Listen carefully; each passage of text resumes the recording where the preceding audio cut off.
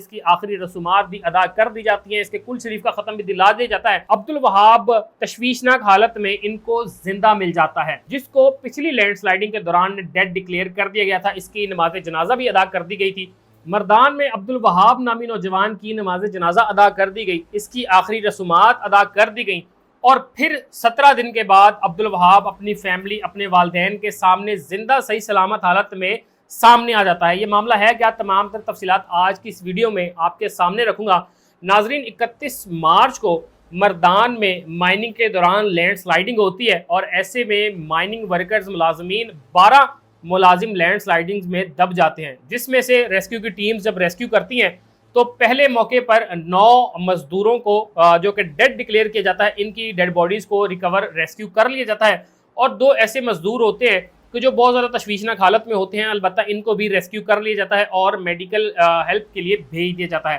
لیکن عبدالوہاب نہ تو ریسکیو آپریشن کے دوران جو ہے وہ ملتا ہے، اور نہ ہی اس کو ڈیڈ ڈکلیئر کیا جاتا ہے۔ البتہ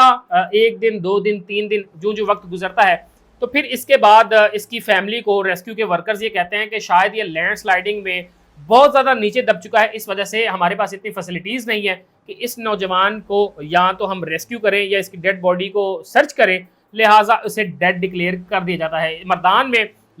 جو ہے وہ اس واقعے کے بعد فضا بہت زیادہ سوگوار ہوتی ہے۔ عبدالوہاب کی، اس کے اہل، اس کی فیملی اور قریبی عزیز و اقارب مل کر اس کی غیبانہ نماز جنازہ ادا کرتے ہیں، اور پھر اس کے بعد اس کی آخری رسومات بھی ادا کر دی جاتی ہیں، اس کے کل شریف کا ختم بھی دلا دیا جاتا ہے۔ لیکن اس کے بعد جب 17 دن گزر جاتے ہیں، پھر جب ریسکیو کی ٹیمز دوبارہ اس علاقے میں مانیٹرنگ کر رہی ہوتی ہیں، اور ایسے میں عبدالوہاب تشویشناک حالت میں ان کو زندہ مل جاتا ہے۔ عبدالوہاب کی جو ہے وہ شناخت ابھی ریسکیو کی ٹیمز نے نہیں کی ہوتی، چونکہ ان کے ذہن میں یہی ہوتا ہے کہ یہ شاید اب کے لینڈ سلائیڈنگ ہونے والوں میں یہ عبدالوہاب شامل ہے، جبکہ اس کے قریبی عزیز و اقارب اور دوست جو ہی عبدالوہاب کا چہرہ دیکھتے ہیں وہ فوراً سے کہہ دیتے ہیں کہ یہ عبدالوہاب ہے، جس کو پچھلی لینڈ سلائیڈنگ کے دوران ڈیڈ ڈکلیئر کر دیا گیا تھا۔ اس کی نماز جنازہ بھی ادا کر دی گئی تھی، اور اس کی فیملی نے اس کو ڈیڈ سمجھتے ہوئے اس کی آخری رسومات کی بھی ادائیگی کر دی تھی۔ البتہ جب عبدالوہاب اپنی فیملی، اپنے والدین کے سامنے جاتا ہے تو وہ جو ہے وہ اس کو دیکھ کر اتنے جذباتی ہو جاتے ہیں، اتنا ایموشنل ہو جاتے ہیں کہ کس طرح 17 دن کا یہ وقت ان پر گزرا کہ جب ان کے بیٹے کی، جوان بیٹے کی، نہ تو ان کو ڈیڈ باڈی ملی اور نہ ہی وہ زخمی حالت میں ان کو ملا۔ البتہ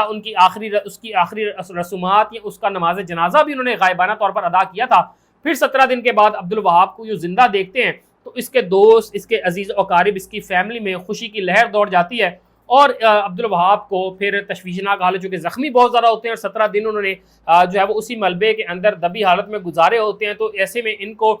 میڈیکل ہیلپ کے لیے جو ہے وہ بھیجا جاتا ہے، اور پھر وہاں پر ان کا تمام تر ٹریٹمنٹ اب کیا جا رہا ہے۔ بتایا جا رہا ہے کہ اب ان کی حالت کچھ پہلے سے بہتر ہے اور خطرے سے باہر بتائے جا رہے ہیں، جبکہ عبدالوہاب اس حوالے سے کہتے ہیں کہ